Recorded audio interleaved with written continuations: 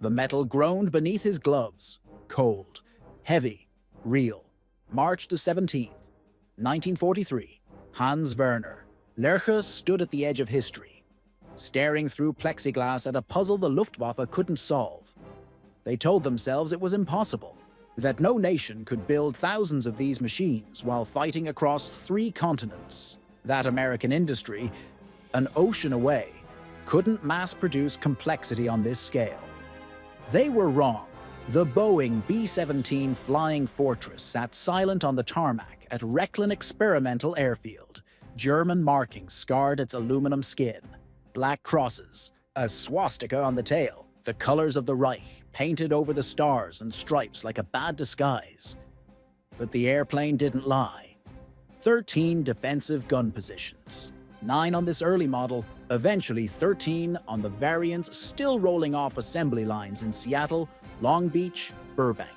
Every gun a 50 caliber Browning, every gun capable of spitting 750 rounds per minute into the sky, every gun part of an interlocking web of fire that turned a bomber into a flying fortress. In every sense of the word. Lerche's hand trembled, just slightly, as he made the first notation in his logbook. He didn't know it yet, but what he was about to discover would prove more devastating to German confidence than any battlefield defeat. The airplane had a name before the Germans took it.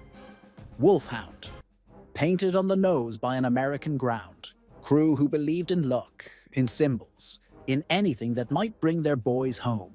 The name stayed even after the bomber changed hands, even after it became the enemy's most valuable intelligence prize. The transformation began 3 months earlier. December 12th, 1942, northern France. The sky was cold and crowded with death. Lieutenant Paul Flickinger held the yoke steady as flak burst around his formation. His B-17F, serial number 124585, call sign pub, droned toward the Rouen-Sotteville railroad marshalling yards with a belly full of bombs and a crew praying they'd see England again. They were part of the 303rd Bombardment Group. Hell's Angels, they called themselves. Baptized by fire just weeks earlier. Still green. Still learning that combat wasn't like the training films back in the States. The target, Luftwaffe servicing facilities 60 miles east of Paris. The mission started clean. Tight formation. Clear skies, the kind of run that looked good in briefings. Then the fighters found them. Messerschmitt 101 mines, Focke-Wulf 190s, diving from the sun, slashing through the formation with cannon fire that sounded like thunder tearing through sheet metal. The Germans knew the game. Break up the box, isolate the stragglers, finish them one by one. Wulf Hound shuddered as rounds punched through aluminum. One engine died. Its propeller windmilled uselessly, dragging against the slipstream. Another began hemorrhaging smoke. Black and oily, streaming behind like a funeral shroud. The bomber fell behind. The formation kept moving. They had to. Slowing down meant dying together. Flickinger faced mathematics that had no good answer. England? Across the channel with failing engines and German fighters circling like sharks. Suicide Switzerland? Sweden. Hundreds of miles through hostile airspace with a crippled airplane and a pack of 190s on his tail. Fantasy. The only option left was the ground. He spotted a field near Melun through breaks in the smoke. Flat enough, long enough. Maybe 30 tons of airplane, 2 dying engines, no wheels. He brought her down anyway. The B-17 hit the grass hard, plowing a furrow through the frozen mud. The ball turret scraped and sparked. Metal screamed against earth. The bomber slid and shuddered, and finally stopped. 10 men climbed out with their hands raised. They expected prison. They didn't expect to gift the Luftwaffe its most valuable intelligence coup of the war. Within hours, German engineers swarmed the wreck like ants on sugar. They photographed everything, measured everything, documented every rivet, every wire, every piece of American engineering sitting intact in a French field. Most Allied bombers arrived in pieces, scattered across forests, burned beyond recognition, their secrets buried in twisted wreckage. But Wulf Hound sat whole, flyable even, with repairs. The Luftwaffe had never captured a B-17 in this condition, never held in their hands the complete blueprint of American heavy bomber philosophy.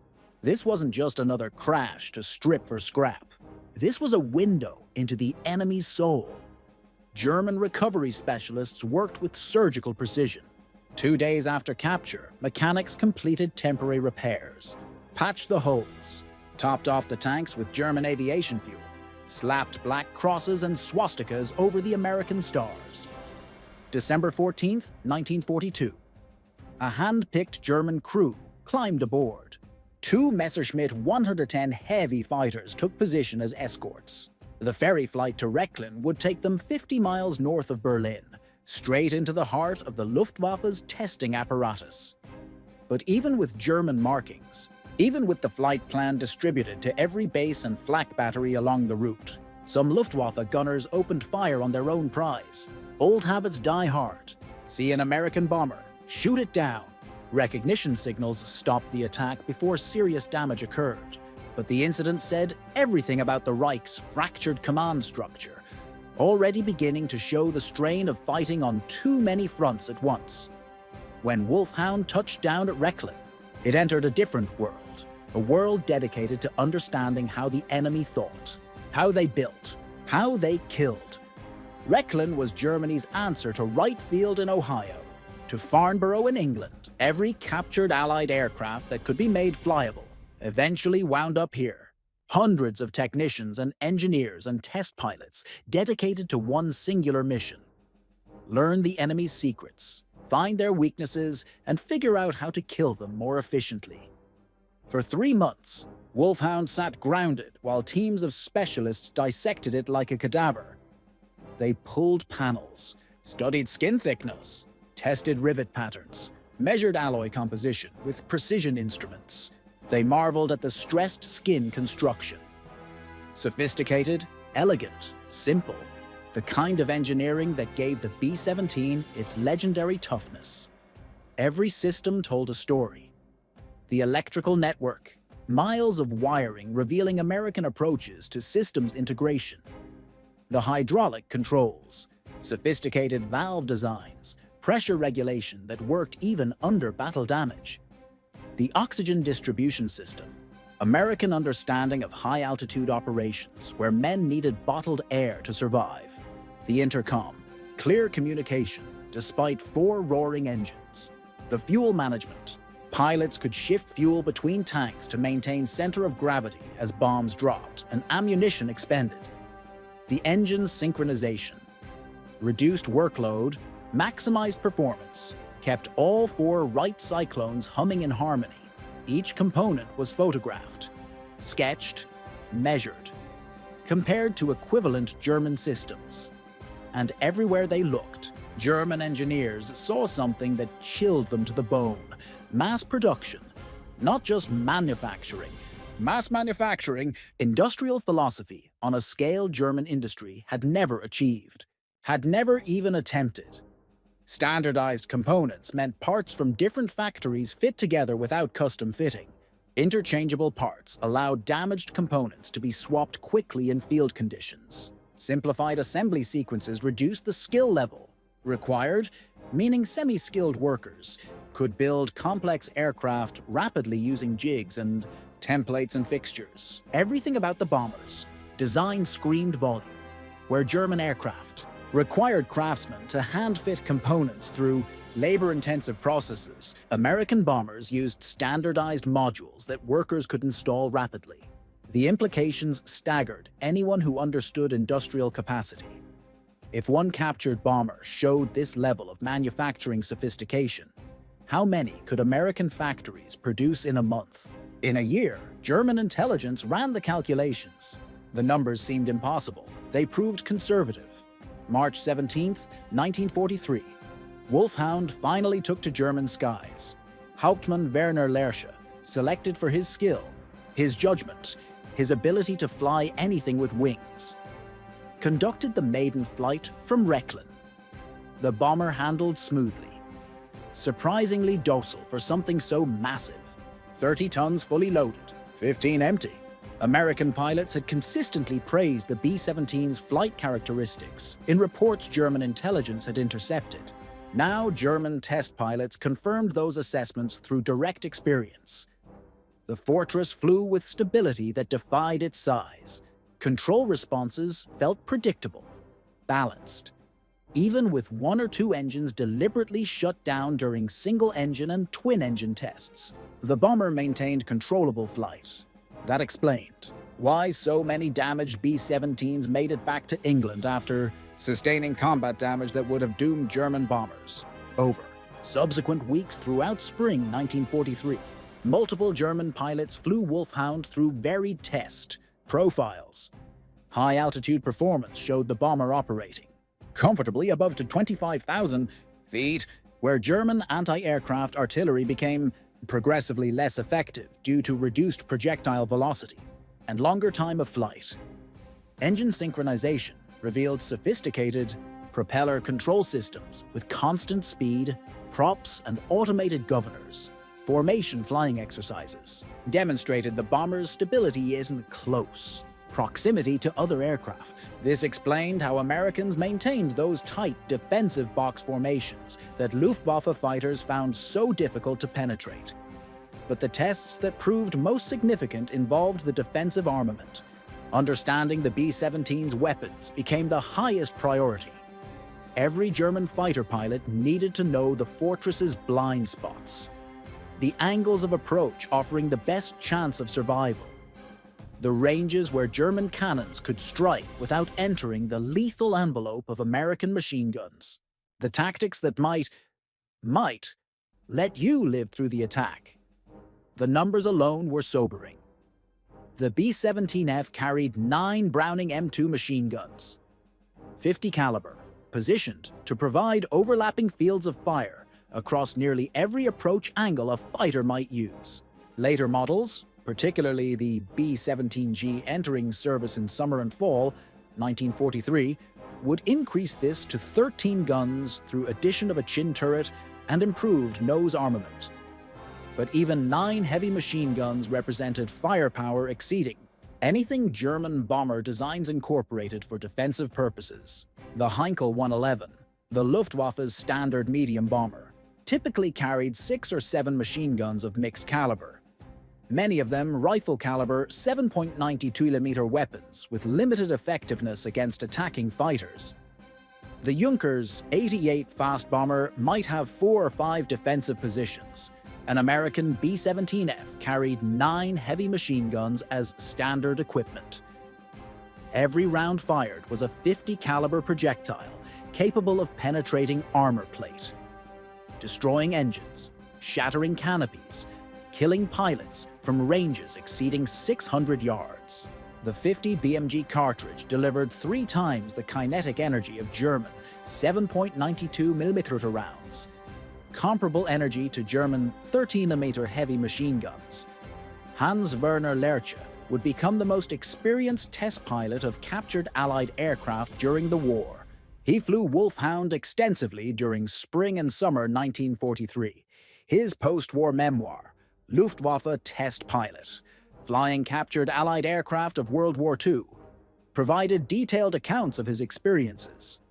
Lerche approached captured aircraft with scientific curiosity rather than ideological prejudice. His engineering background combined with exceptional natural flying ability made him ideally suited for the demanding and dangerous work of test-flying enemy aircraft. He flew over 125 different aircraft types during the war, without a single serious crash. A remarkable safety record. When Lerche climbed into Wulf Hound's cockpit for his first flight, he had no instruction manual, no training program, no checklist, no qualified instructor. He learned by observation, by experimentation, by studying the controls and instruments and making educated guesses about function and operation, testing his assumptions carefully at altitude where mistakes wouldn't prove immediately fatal. The instrument layout differed significantly from German practice. American designers favored centralized panels with standardized gauge positions remaining consistent across different aircraft types. Circuit breakers replaced fuses. Hydraulic pressure indicators used different scales calibrated in pounds per square inch rather than kilograms per square centimeter. The throttle quadrant operated with reversed logic compared to German aircraft. Forward motion, increasing power rather than decreasing it. But perhaps most impressive to Luftwaffe was the bomber's sheer robustness. The B-17 absorbed punishment that would have destroyed equivalent German aircraft. It continued to fly and fight after sustaining damage that seemed unsurvivable. Its structural strength came from heavy-gauge aluminum alloy frames and stressed skin construction, distributing loads efficiently across the entire airframe. Multiple redundant systems meant single failures rarely proved catastrophic. Self-sealing fuel tanks prevented fires from small-caliber hits. Armor plate protected critical crew positions and vital systems. Lurch and other test pilots at Rechlin conducted firing tests to understand the B-17's defensive capabilities from the attacker's perspective, the viewpoint that mattered most to German fighter pilots who would face these bombers in combat. German pilots climbed into Messerschmitt 109s and Focke-Wulf 190s, made simulated attack runs on Wulf Hound while it flew straight and level, or performed evasive maneuvers. Ground observers photographed the engagements. Combat cameramen filmed from chase planes, creating training footage to be shown to fighter squadrons across Germany and occupied Europe. These exercises revealed uncomfortable truths. Attacking from directly behind, the traditional German approach to bomber interception that had worked well against earlier Allied bombers with limited defensive armament, exposed the fighter pilot to the most concentrated defensive fire the B-17 could deliver. The tail gunner position, enclosed in a powered Cheyenne turret with excellent visibility through clear plexiglass, commanded a clear field of fire directly aft. No blind spots above, below, or to either side within 30 degrees of the tail axis. The dorsal turret, a Sperry design, mounting two 50-caliber guns, could swing rearward to add its firepower to the defensive barrage, doubling the number of guns engaging a rear attacker. Even the waist gunners standing at open windows along the fuselage midsection could engage targets approaching from behind. A fighter pilot boring in from 6 o'clock faced at least 4 heavy machine guns, concentrating fire along a predictable intercept path. The closing speed between attacking fighter and fleeing bomber, typically 150 to 200 mph differential, gave the German pilot perhaps 3 to 5 seconds of firing time before breaking away to avoid collision. During those few seconds, the bomber's gunners poured hundreds of rounds into the approach corridor, creating a cone of fire the fighter had to penetrate.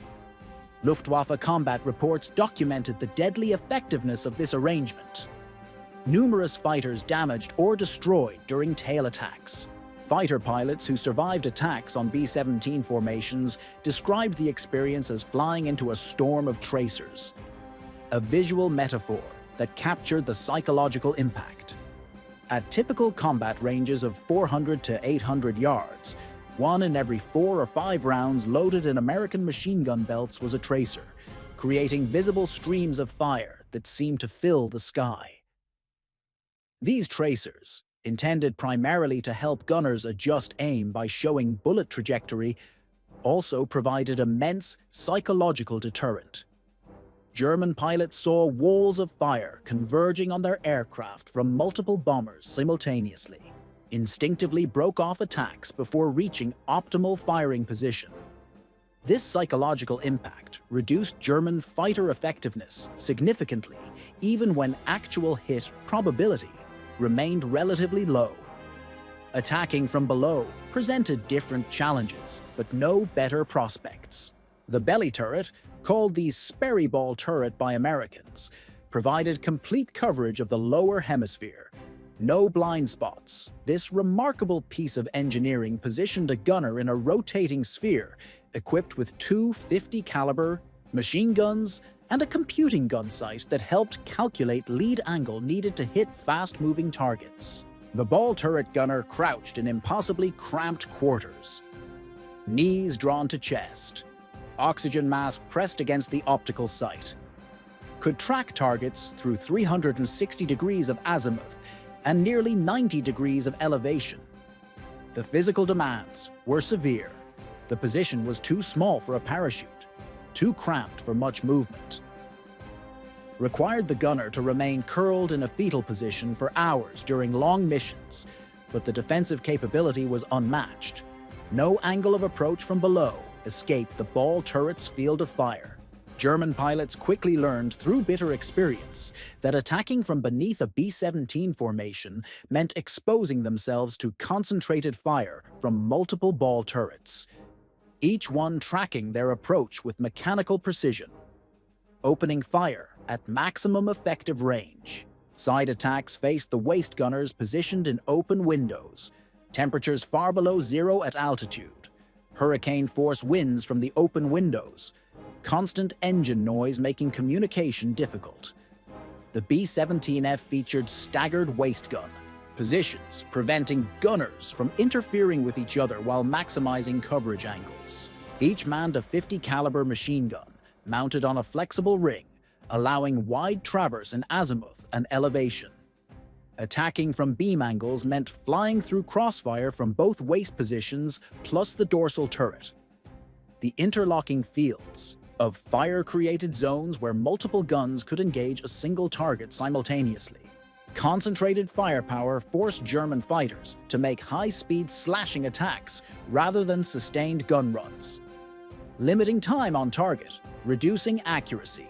The tactic that emerged from Rechlin's test program as offering the best chance of success involved frontal attacks, approaching the bomber head-on from 12 o'clock high. This minimized exposure time to defensive fire, targeted the bomber's weakest defensive zone where fewer guns could be brought to bear. Early B-17 models, including the F variant that Wulf Hound represented, mounted only 2 or 3 flexible guns in the nose, operated by the bombardier and navigator who had other primary duties during combat, weren't dedicated gunners.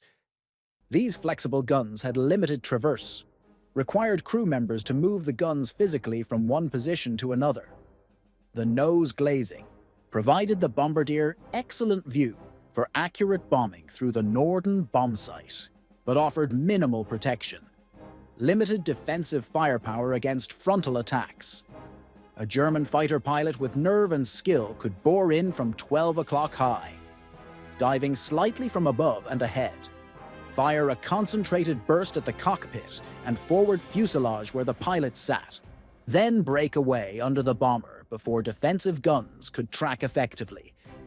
This frontal attack doctrine was pioneered by Hauptmann Egon Meyer of Jagdgeschwader II in late 1942, shortly before Wulf Hound was captured.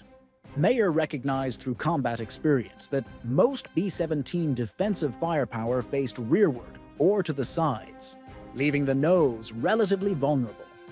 Attacking from directly ahead meant the fighter's relative closing speed exceeded 500 millipounds, fighter approaching at 350 to 400 ma, bomber flying toward it at 150 to 180 meters. This combined closure rate gave the bomber's nose gunner perhaps 2 seconds to aim and fire before the fighter flashed past overhead or underneath.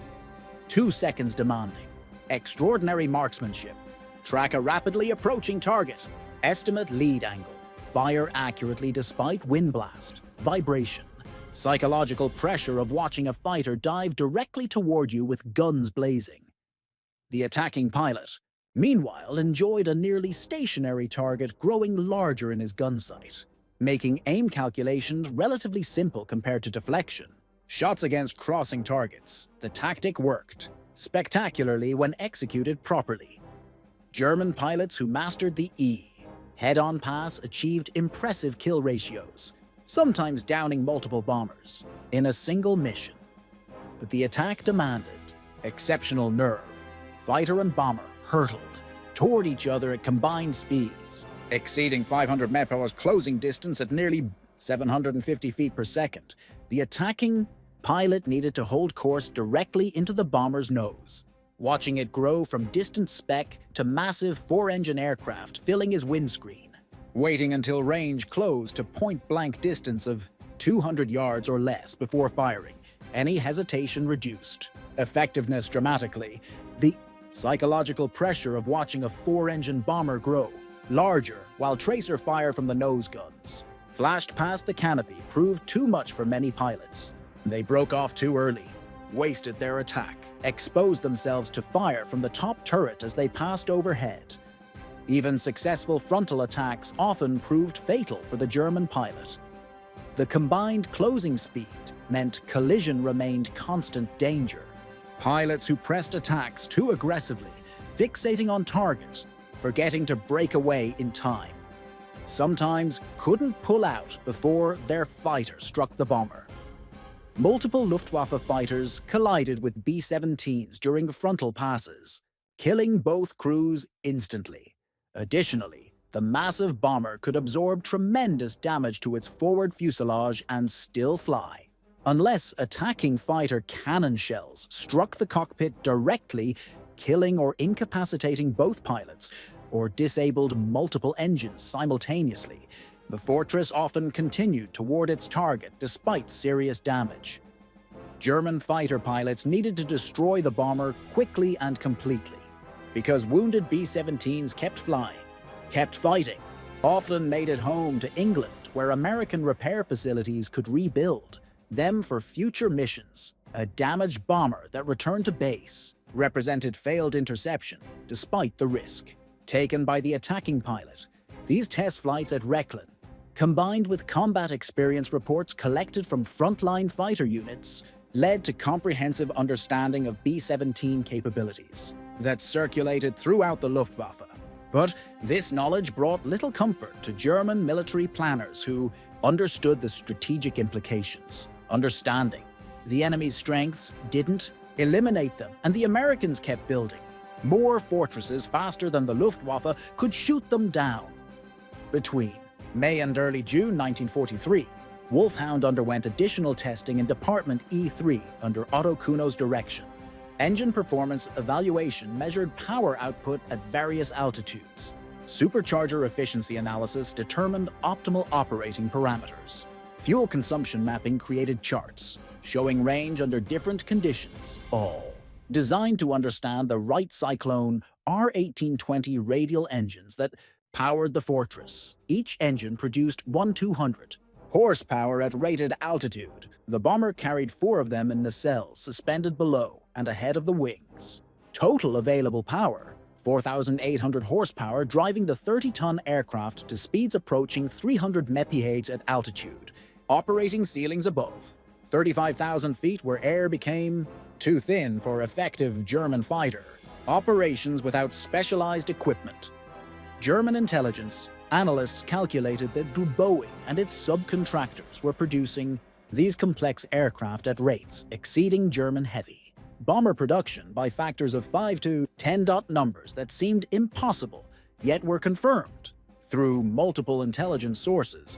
If American industry could manufacture such sophisticated bombers in these quantities while simultaneously building fighters, tanks, ships, and transport aircraft for global operations, what hope did Germany have of matching such industrial output? The question haunted German planners who understood that modern warfare had become as much an industrial contest as a military one. June 12, 1943. Wulf Hound appeared at an exhibition held at Lehrt's airfield for Luftwaffe commanders and technical specialists. Alongside the captured B-17 sat examples of other Allied aircraft that had fallen into German hands. A B-24 Liberator heavy bomber, a P-47 Thunderbolt fighter, a P-51 Mustang, a P-38 Lightning twin-engine fighter, an Avro Lancaster, a de Havilland Mosquito, a Hawker Typhoon, various Spitfire variants. The display served multiple purposes beyond simple aircraft. Recognition training. It familiarized German personnel with enemy aircraft appearance and markings to prevent friendly fire incidents. It demonstrated captured technology that German engineers might adapt or counter. It provided sobering evidence of Allied industrial capacity and technical sophistication beginning to outpace German development in numerous areas. Luftwaffe officers who attended came away deeply troubled. One participant later wrote that the contrast between German and American manufacturing quality became immediately apparent even to casual observers. American aircraft components fit together with precision, tolerances that German craftsmen admired, matching construction quality across thousands of aircraft, indicated sophisticated quality control. Smooth finishes reflected attention to aerodynamic detail. Careful assembly showed systematic production methods rather than improvisation. German aircraft produced increasingly with slave labor under constant Allied bombing showed rough workmanship. Mismatched panels requiring hand-fitting, improvised repairs using non-standard materials. The implication was unmistakable even to officers with limited technical knowledge. German industry was struggling to maintain production of increasingly obsolescent designs, while American factories turned out superior equipment in overwhelming quantities. After its appearance at the Leertz exhibition, Wulf Hound returned to Rechlin for one final test program before transfer to operational service in July 1943. Engineers equipped the bomber with glider towing apparatus to evaluate its suitability for transport operations. The DFS-230 combat glider program required powerful tow aircraft. The B-17's 4 engines provided ample power. Test flights between June 16th and early August evaluated towing procedures, release mechanisms, formation, flying with gliders in trail. The tests proved successful from a technical standpoint, but Germany's glider forces were in decline after catastrophic losses during airborne operations in Crete and other theaters. The practical application of these towing tests remained limited. In September 1943, Wulf Hound transferred to a new assignment. Kampfgeschwader 200 operated from Rangsdorf Airfield near Berlin as a special operations wing, unlike any other in the German Air Force. KG-200's mission portfolio included long-range reconnaissance flights deep into enemy territory using aircraft that could blend with enemy formations, insertion and extraction of intelligence agents behind Allied lines, supply drops to German forces operating in partisan-controlled areas, testing of experimental aircraft and weapons too sensitive for standard evaluation units. The unit operated an eclectic collection of German and captured Allied aircraft selected for specific mission requirements.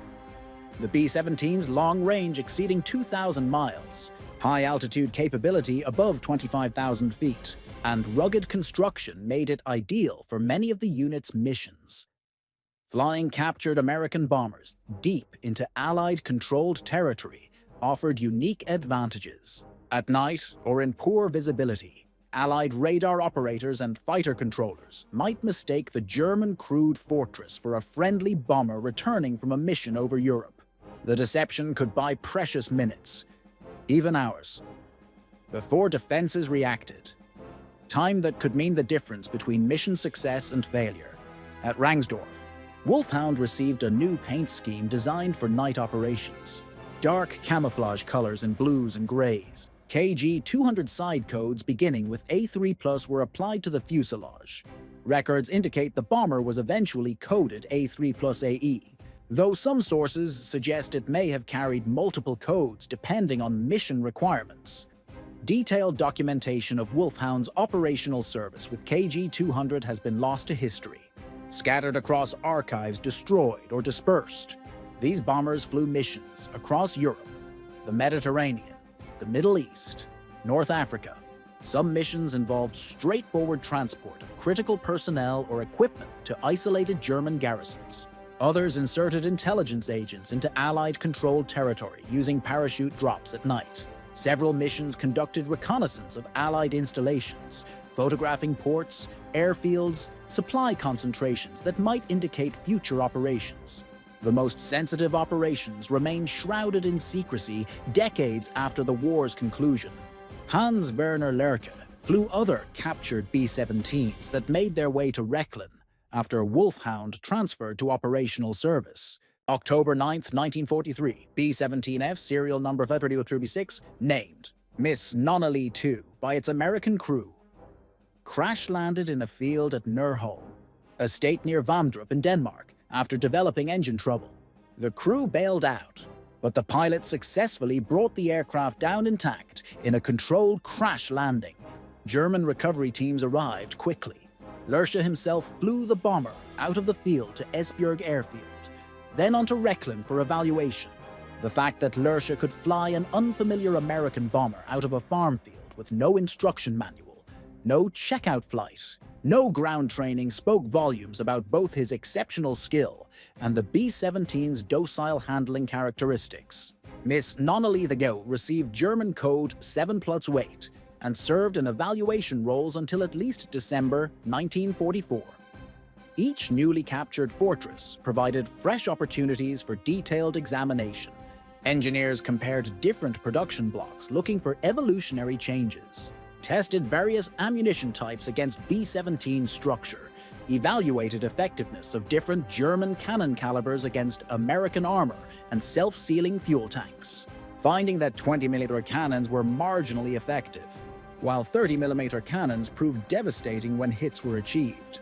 What emerged from these exhaustive tests was a comprehensive picture of an aircraft that represented the peak of American bomber development in 1943 and a level of defensive firepower that had fundamentally altered the calculus of daylight strategic bombing. Consider the statistics. German test pilots calculated at Rechlin a single B-17G, the final and most heavily armed variant entering service in summer 1943, carried 13 Browning M2 machine guns of 50 caliber, positioned to provide complete defensive coverage. These weapons fired standard 50 BMG ammunition at 750 to 800 rounds per minute, each gun capable of maintaining sustained fire for several minutes at a time. The typical ammunition load for a B-17G totaled approximately 7,500 rounds, distributed across all gun positions. The tail turret alone carried 500 rounds per gun, 1,000 rounds total. The dorsal turret held similar quantities. The ball turret carried 250 to 500 rounds per gun, depending on mission requirements. The waist positions each had 600 to 800 rounds. The nose positions, including the chin turret on G models, held similar loads. When German test pilots calculated the combined firepower of a single B-17G firing all guns simultaneously, the numbers proved staggering. 13 guns at 750 rounds per minute each produced combined rate of fire approaching 10,000 rounds per minute across all positions. Translated to rounds per second, a fully engaged fortress could throw approximately 160 heavy machine gun bullets into the surrounding airspace every second, creating a cone of fire that filled the approach corridor with lethal projectiles. But American bombers never flew alone over enemy territory. The entire concept of American daylight strategic bombing, developed through pre-war doctrine, refined through painful combat experience in 1942 and 1943, relied on massed formations where multiple bombers provided mutual defensive fire. The combat box formation developed by Colonel Curtis LeMay and refined through bloody experience over Germany positioned bombers in tight, three-dimensional arrays where each aircraft's guns could support its neighbors. A squadron element typically contained 3 aircraft flying in close formation. 3 squadron elements stacked vertically and offset horizontally formed a squadron box of 9 bombers. 3 squadron boxes formed a group box of 27 aircraft, though some groups flew with 4 squadrons for a total of 36 bombers. If each bomber carried even 9 guns instead of 13, the group's combined defensive armament exceeded 180 heavy machine guns providing interlocking fire. 3 such groups combined to form a wing box with 54 to 81 bombers and 500 to 700 machine guns providing interlocking defensive fire that created zones where attacking fighters faced concentrated fire from dozens of bombers simultaneously. German fighter pilots attacking such formations described approaching a wall of tracers, a vivid description capturing the visual and psychological impact. At typical combat ranges, every bomber gunner who detected an attacking fighter opened fire simultaneously, creating a visual spectacle that was both beautiful and terrifying. 50 or more machine guns might concentrate fire on a single fighter, making a head-on pass. Each bomber's gunners tracking the target, firing at maximum rate. The psychological impact overwhelmed many pilots regardless of actual hit probability, which remained relatively low due to difficulties of deflection shooting, range estimation, brief time available for engagement. Luftwaffe after-action reports documented numerous instances of fighters breaking off attacks prematurely before reaching optimal firing range. Pilots couldn't force themselves to fly deeper into the defensive barrage.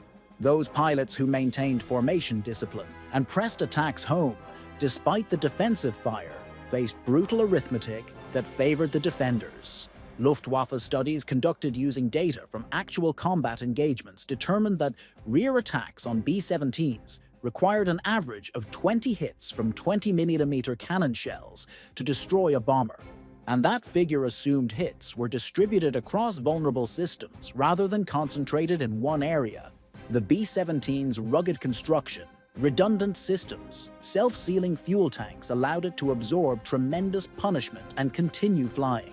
Average pilot accuracy against evasive targets at combat ranges ran approximately 2%, a figure determined through analysis of gun camera footage and ammunition expenditure reports. Therefore, bringing down a single fortress from behind required firing approximately 1,000 rounds of 20mm ammunition to achieve the 20 hits needed for a kill.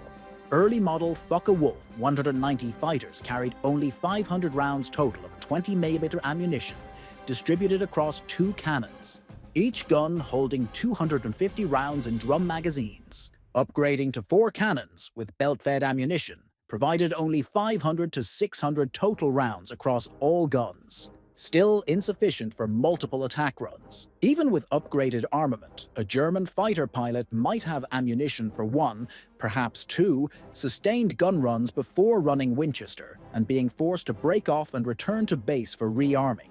Meanwhile, the bombers continued firing as long as they detected threats. Their thousands of rounds of 50 caliber ammunition, allowing prolonged defensive engagement throughout the mission. While individual bomber gunners achieved relatively low hit percentages, the sheer volume of fire made hits statistically inevitable when dozens of bombers engaged a single target. Luftwaffe fighter losses climbed steadily through 1943 as American bomber streams grew larger and more frequent. German fighter forces struggled to regenerate losses faster than combat attrition, and training accidents destroyed them. Frontal attacks offered better kill ratios for skilled pilots, but demanded extraordinary skill and courage not all pilots possessed. Approaching head-on meant the fighter closed at combined speeds exceeding 500 km/h. At that closure rate, the target picture changed dramatically every second. Range estimation became critical. Opening fire too early meant rounds dissipated without effect. Waiting too long made collision unavoidable. The optimal firing envelope lasted perhaps 2 seconds from 400 yards to 100 yards, a brief window requiring precise timing. During those 2 seconds, the fighter pilot needed to aim carefully while compensating for his own aircraft's motion, compensate for the bomber's evasive maneuvers, fire multiple bursts while correcting aim between bursts, initiate the breakaway maneuver before collision. This demanded constant practice under realistic conditions. Exceptional reflexes only experienced pilots developed. The captured B-17 at Rechlin allowed German fighter pilots to study their target intimately in ways impossible through combat experience alone. They walked completely around the fortress, examined it from every angle, noted gun positions and fields of fire, climbed inside through the waste windows, crawled through the cramped interior, experiencing the limited space and difficult working conditions bomber gunners endured, sat in the various gun positions, including the ball turret, tested traverse and elevation limits, noted blind spots where attacking fighters might evade, retry continued offensive fire if they approached from specific angles. They flew formation exercises, where the bomber took evasive action, while fighters practiced approach angles and firing solutions, creating training scenarios that transferred to combat. This training proved invaluable for experienced pilots who learned to exploit the B-17's vulnerabilities through systematic study. But by late 1943, the Luftwaffe was losing experienced pilots faster than training programs could replace them with equally skilled aviators. New pilots straight from flight school lacked the hundreds of hours of experience needed to execute complex attack maneuvers under fire while maintaining situational awareness. They often broke off attacks prematurely or pressed them too aggressively, either wasting ammunition or dying in collisions. Additionally, the Americans continuously improved their bombers. Based on combat experience and crew, feedback the B-17G model entering service in late summer and fall 1943 added the distinctive chin turret under the nose, a remotely operated turret mounting two 50-caliber machine guns that could engage targets directly ahead, controlled by the bombardier through a computing gun sight, significantly improving the bomber's frontal defensive capability against the head-on attacks that had proved so effective against earlier models. Suddenly, the head-on attack that had been the preferred tactic of German aces became far more dangerous for attacking pilots. The chin turret could track an attacking fighter throughout its approach from first detection at long range, concentrating fire along the predicted intercept path. Combined with the existing cheek guns operated by the bombardier and navigator, plus the top turret which could swing forward to add its two guns to the defensive barrage, a B-17G could bring 6 to 8 heavy machine guns to bear on a frontal attacker, creating a defensive cone that required exceptional skill to penetrate. This forced the Luftwaffe to adapt once again, searching for new tactical solutions to the evolving defensive problem. Fighters began attacking from high angles, diving from above and ahead at steep angles where the bomber's guns had limited elevation, traversed due to mechanical limits. Others approached from below the nose, hoping to stay under the chin turret's depression limits while avoiding the ball turret. Still others resorted to standoff weapons, launching unguided rockets from beyond machine gun effective range, hoping for lucky hits on the tightly packed formations where even near misses might cause collision damage. The Werfer Granit 21-centimeter rocket became a favored weapon among German fighter units, launched from tubular launchers mounted under the wings. These unguided projectiles carried large, high explosive warheads intended to break up bomber formations through blast effect, rather than achieve direct hits. Actual hit probability remained low due to the rocket's poor ballistic characteristics, but a rocket exploding in the midst of a combat box could damage multiple bombers simultaneously through blast and fragmentation, or cause collisions as pilots took violent evasive action. But standoff attacks carried their own serious problems. The rockets were inaccurate beyond 800 yards, heavy enough to significantly reduce fighter performance, created substantial drag that made the launching fighter vulnerable to Allied escort fighters, pilots carrying underwing.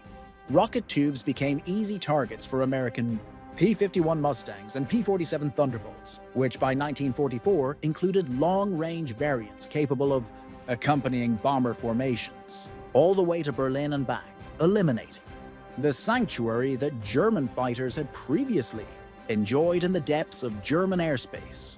The technological race continued throughout 1943 and 1944 as both sides sought advantages. Luftwaffe developed heavier cannons, including 30mm Mk108s that could destroy bombers with a few hits, larger rockets with improved guidance, even experiments with aerial bombing, where fighters dropped small bombs onto bomber formations from above.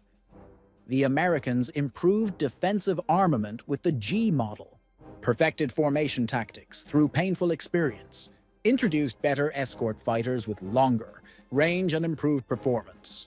But one inescapable reality dominated this equation that no amount of tactical innovation could change.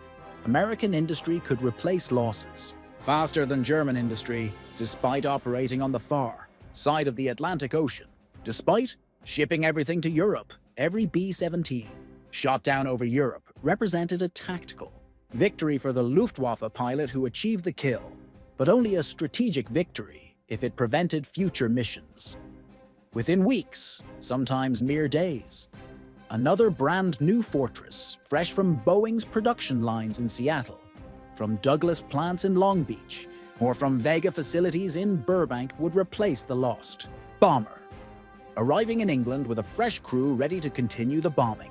Campaigned production statistics told a story of overwhelming material advantage that German intelligence analysts understood, but could do nothing to counter.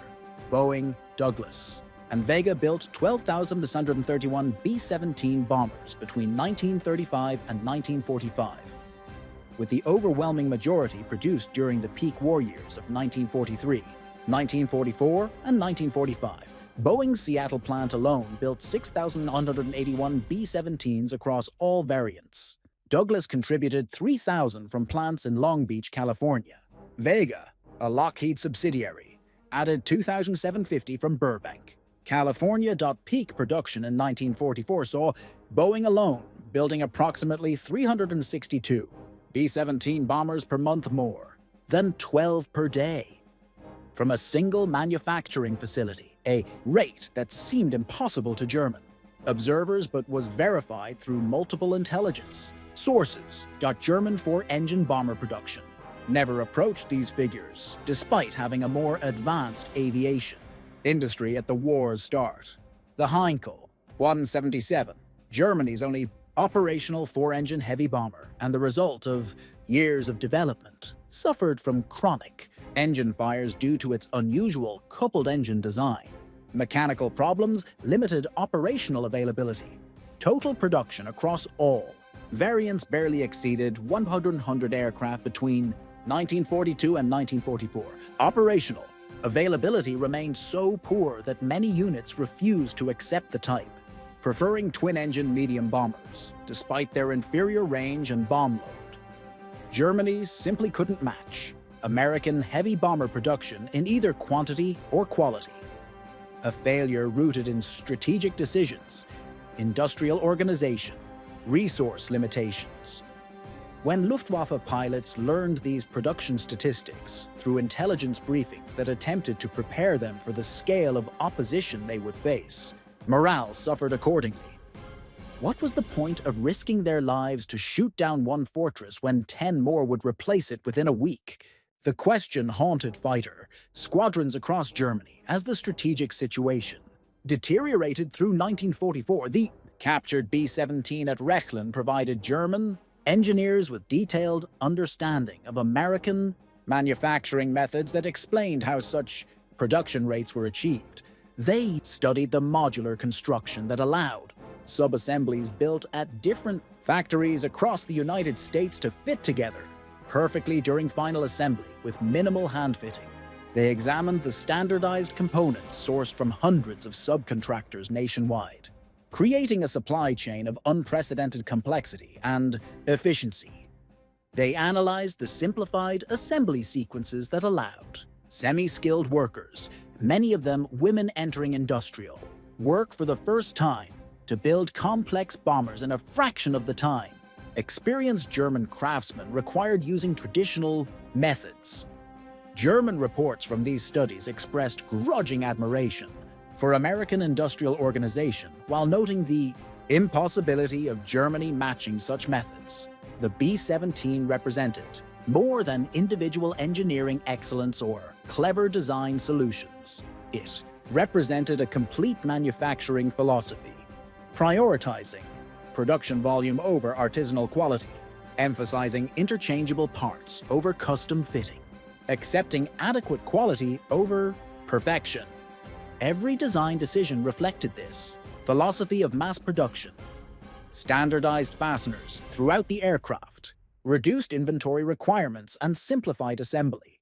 Straight panels with minimal compound curves, simplified forming operations and reduced scrap rates. Modular sub-assemblies allowed parallel construction of fuselage sections, wings, tail surfaces that came together in final assembly with minimal fitting required, dramatically reducing production time.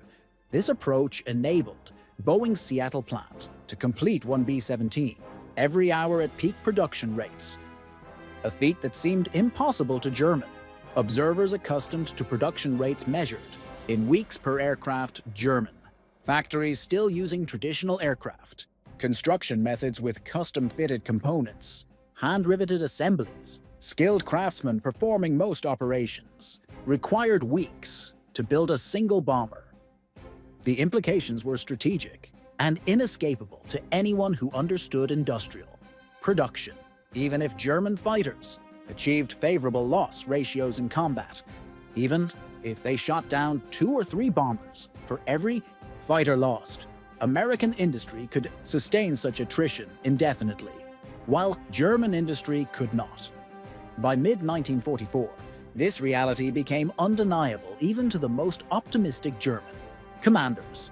The question was no longer whether Germany could win the air war over Europe. The question became how long German forces could continue fighting against increasingly overwhelming material disadvantage before collapse became inevitable. Wulf Hound and the other captured B-17s at Rechlin had taught the Luftwaffe everything they needed to know about the flying fortress as a weapons system. They understood its strengths: rugged construction, heavy defensive armament. They knew its weaknesses: vulnerable nose on early models, blind spots in gun coverage. They had documented its capabilities: range, altitude, bomb load, formation flying. They understood its limitations: need for formation integrity, vulnerability to determined frontal attacks. They developed tactics that, when executed properly by skilled pilots with strong nerves, could destroy the bombers despite their defensive firepower. But this knowledge couldn't change the fundamental arithmetic of industrial production that determined strategic outcomes. For every German pilot who learned to attack B-17s effectively through training at Rechlin or through combat experience, the Americans trained 10 new bomber crews. For every fortress shot down over Germany through superior German tactics, American factories built 5 more bombers. For every successful interception that disrupted a bombing raid, a dozen more raids flew the next week with even larger formations. The defensive firepower that so impressed German test pilots represented only one aspect of a comprehensive system designed to project American strategic bombing capability deep into enemy territory despite determined opposition. The B-17 combined long range exceeding 2,000 miles, high altitude capability above 25,000 feet, heavy bomb load of 4,000 to 8,000 pounds, depending on mission requirements, rugged construction that could absorb battle damage, and devastating defensive armament into a single package. When multiplied across hundreds of aircraft flying in mutually supporting formations, it created an aerial weapon that fundamentally changed the nature of warfare. Luftwaffe, General Adolf Galland, one of Germany's most successful fighter aces, with 104 confirmed victories and eventual commander of German fighter forces, wrote extensively in post-war years about the challenges of defending against American daylight bombing. He acknowledged that individual German pilots often possessed superior training and more extensive combat experience compared to American bomber crews, many of whom were on their first combat tour. German fighters, particularly late war models, like the Focke-Wulf 190D9, long-nose variant and Messerschmitt 109K4, could outperform B-17s in every performance metric: speed, climb rate, maneuverability. German cannons hit far harder than American .50 caliber machine guns, delivering explosive shells that could destroy bombers with a few hits. Yet despite these advantages in equipment and pilot skill, German fighters couldn't stop the daylight bombing campaign that systematically destroyed German industrial capacity. Galland attributed this failure to multiple factors in his post-war writings and interviews. But American industrial capacity topped his list of decisive factors.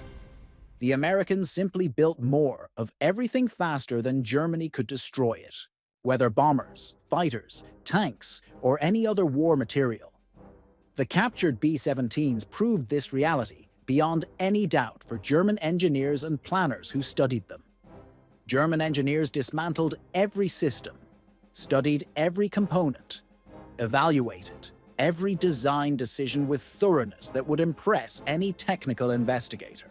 They found much to admire in the bomber's design, little to criticize from an engineering perspective. The fortress represented mature engineering executed with manufacturing excellence that integrated the best available technologies into a coherent weapons system. No amount of tactical innovation or pilot skill could compensate for such material disparity in a war of attrition.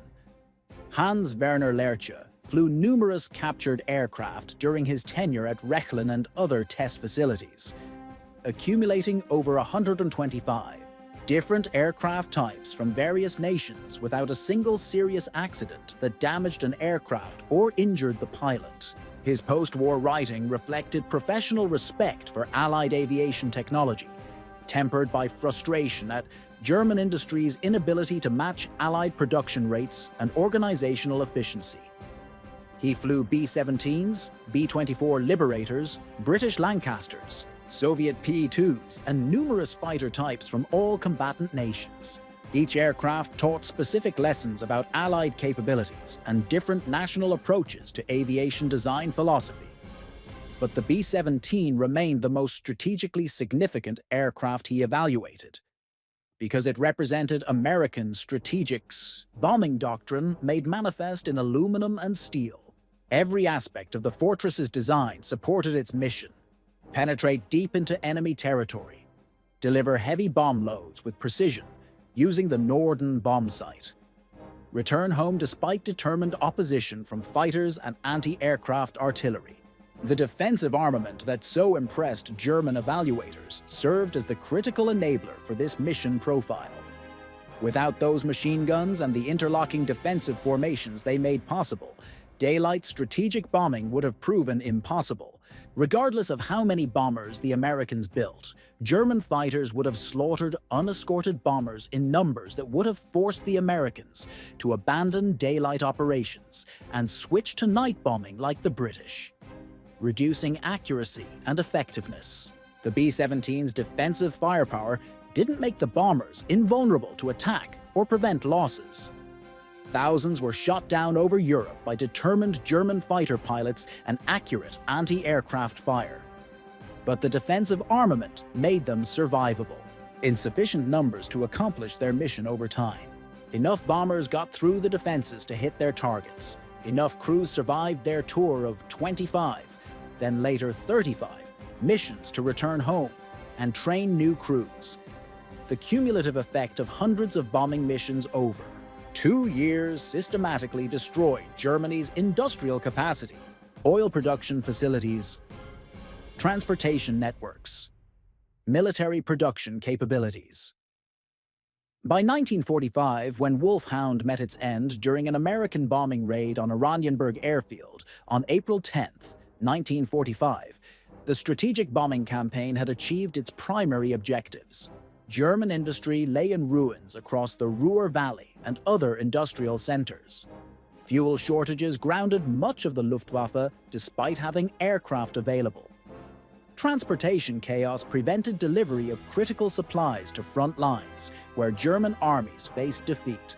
The fortresses had completed their mission despite heavy losses along the way.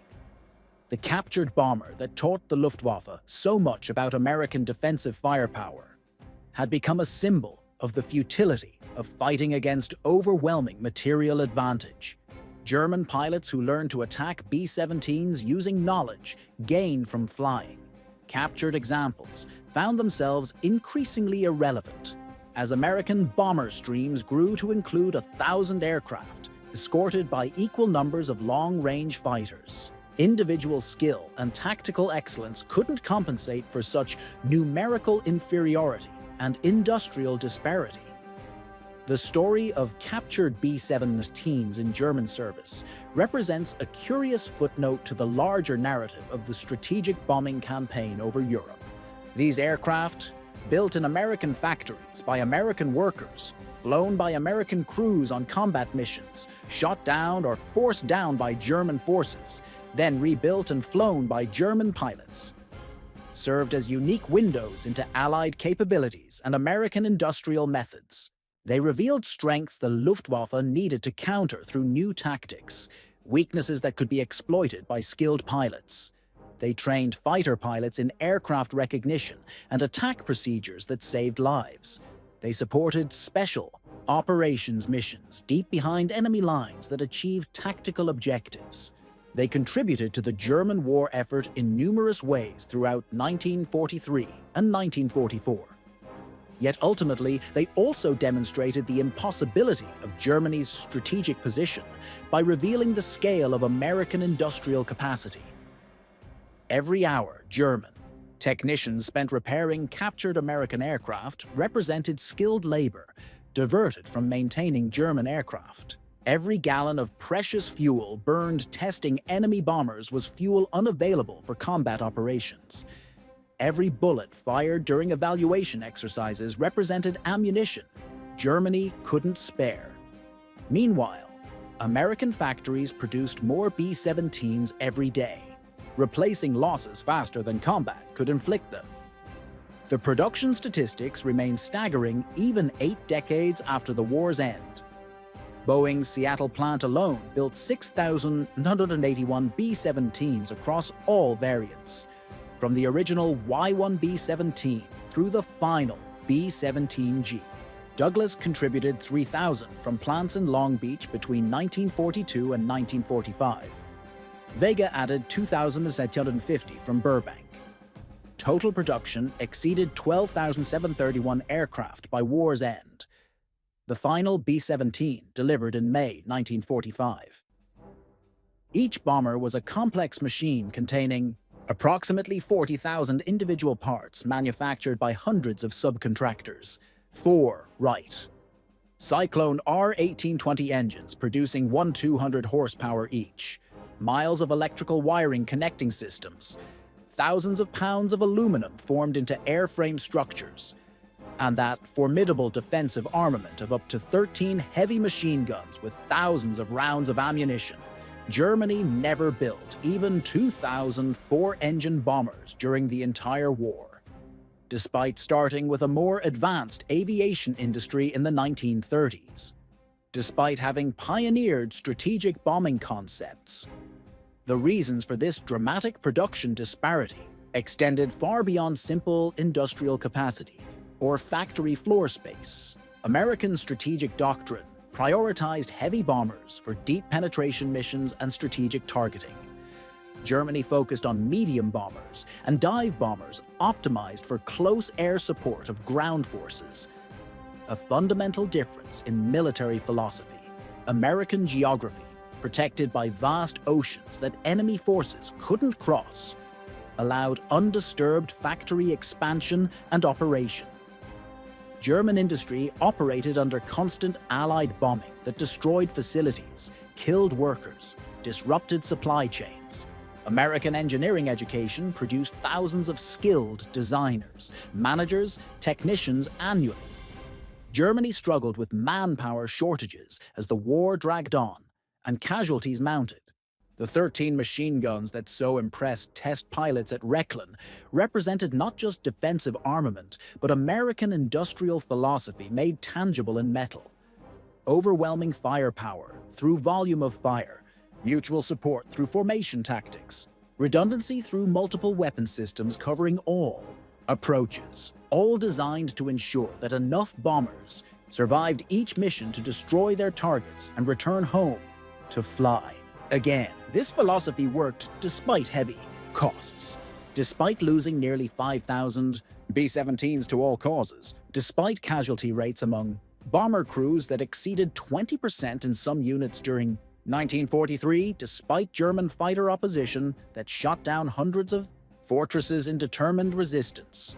The Strategic A bombing campaign succeeded in its Objectives: Germany's war industries were destroyed across the Ruhr and other centers. Its cities burned from incendiary attacks. Its transportation networks collapsed under sustained interdiction.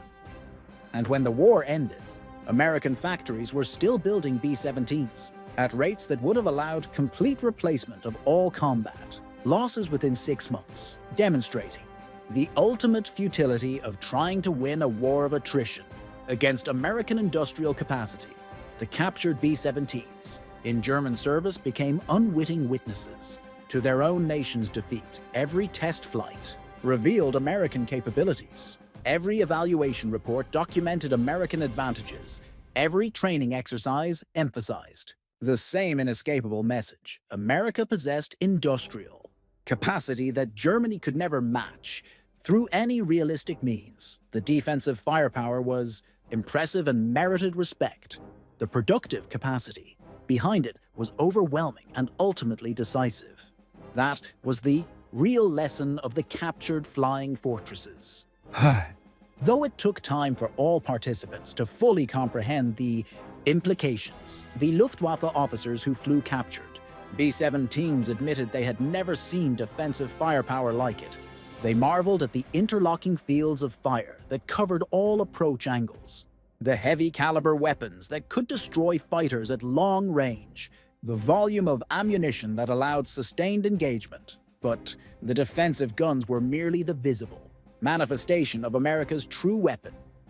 The arsenal of democracy, operating at full capacity and coordination. That arsenal, once unleashed and fully mobilized, proved unstoppable despite determined resistance.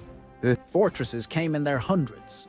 The bombs fell on their targets, and Germany fell with them. The captured B-17s could teach tactics and reveal vulnerabilities. They couldn't change the strategic destiny determined by industrial capacity.